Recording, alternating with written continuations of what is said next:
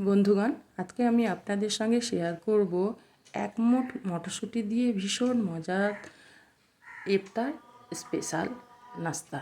আর এই জন্য প্রথমে আমি গ্যাসের মধ্যে একটা প্যান বসিয়ে দিয়েছি। প্যানের মধ্যে অল্প একটু দিয়ে দিলাম তেল, আর দিয়ে দিয়েছি গোটা জিরের ফোড়ন।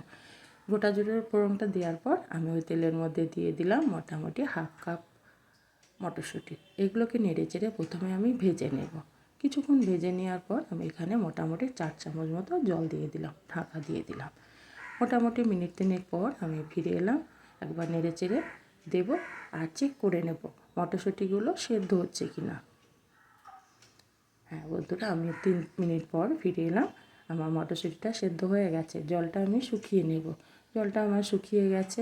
এবার একটা ম্যাশার নিয়েছি, ম্যাশার দিয়ে মটরশুঁটিগুলোকে চেপে চেপে আমি অর্ধেক অর্ধেক করে ভেঙে নেব। পুরোপুরি একদম ম্যাশ করে ফেলবো না, একটু একটু গোটা গোটা যাতে ভাব থাকে সেরকম অবস্থায় আমি এগুলো রেখে দেব। আমার এইরকম অবস্থায় আমি মটরশুঁটিগুলোকে রেখে দিলাম। গ্যাসটা আমার কমানো আছে।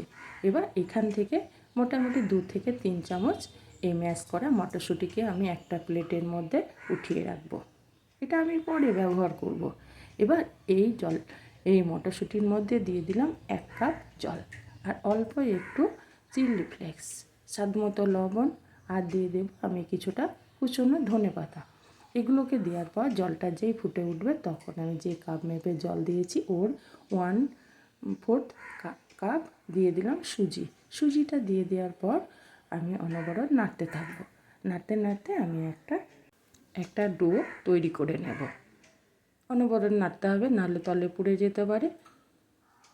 এইভাবে আমি একটা সফট ডো তৈরি করে নিলাম। আর গ্যাসটা আমার এখন কমানো আছে। এবার এটাকে আমি একটা ঠান্ডা করার জন্য একটা থালার মধ্যে উঠিয়ে নেব। আমার মোটামুটি ঠান্ডা করছে, একদম পুরোপুরিভাবে আমি ঠান্ডা করব না। ভাবটা ছেড়ে গেলে আমি হাতে করে অল্প করে নিয়ে নেব, আর এইভাবে ছোট ছোট বল তৈরি করে নেব। সাইজটা আপনারা আপনাদের মতো দিয়ে দিবেন, যেমন আকার তেমনি দিতে পারেন, যেমন ইচ্ছা। আমি গোল গোল বল তৈরি করে নিলাম। এইভাবে আমি সমস্ত বলগুলোকে তৈরি করে নেব। আমার সমস্ত বলগুলো তৈরি করার পর আমি এখানে একটা বাটির মধ্যে নিয়েছি ময়দা। এখানে আমি 5 চামচ মতো ময়দা নিয়েছি। ময়দার মধ্যে দিয়ে দিলাম স্বাদ মতো লবণ আর চাট মশলা।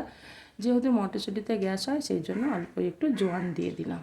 আর একটা আলুকে আমি গ্রেট করেছিলাম, সেই গ্রেট করা আলুটাকে আমি ধুয়ে পরিষ্কার করে জল থেকে উঠিয়ে দিয়ে দিলাম। পুরো আলুটাকে আমি একদম সরু সরু করে গ্রেট করেছিলাম। অল্প অল্প করে জল দেব, আর আমি একটা ঘন বেটার তৈরি করে নেব। একদম পাতলা বেটার আমি এখানে বানাবো না, আমি একটা ঘন বেটার তৈরি করব। সেই জন্য সমস্ত জল আমি একবারে দিয়ে দেবো না, অল্প অল্প করে জল দেব, আর এইভাবে নাড়তে থাকবো।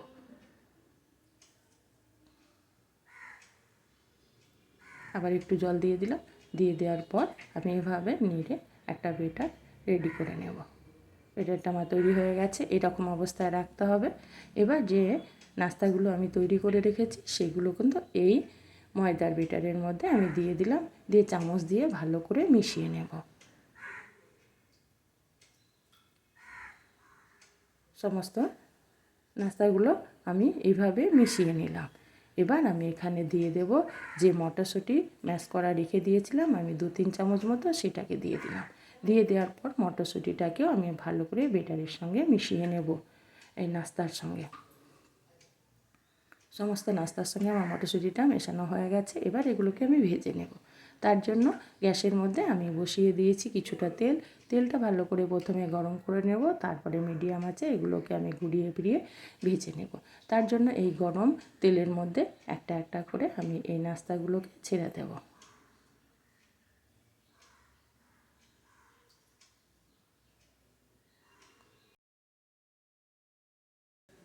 গরম তেল ছিটিয়ে হাতে আসতে পারে, এইভাবে একটা হাতা নিয়ে আমি ঘুরিয়ে ফিরিয়ে এই নাস্তাগুলোকে ভাজবো।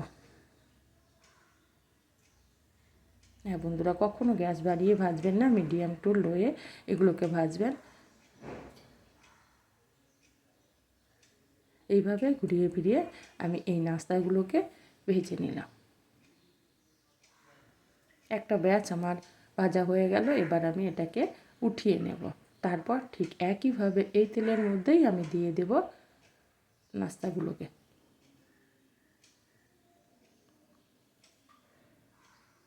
ভীষণ মজাদার একটি হেলদি নাস্তার রেসিপি। এটা ইফতারে ব্যবহার করুন কিংবা বাচ্চাদের টিফিন বক্সে দিয়ে দেন, খেতে কিন্তু ভীষণ মজাদার।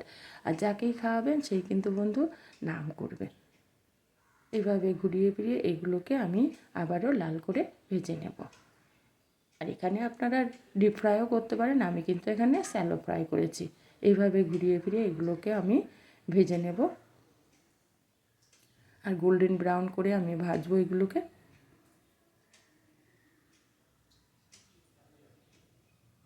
কম সময়ের মধ্যে ভীষণ একটি টেস্টি নাস্তা রেসিপি, যে কোনো সময় এটা বানিয়ে নেওয়া যায়।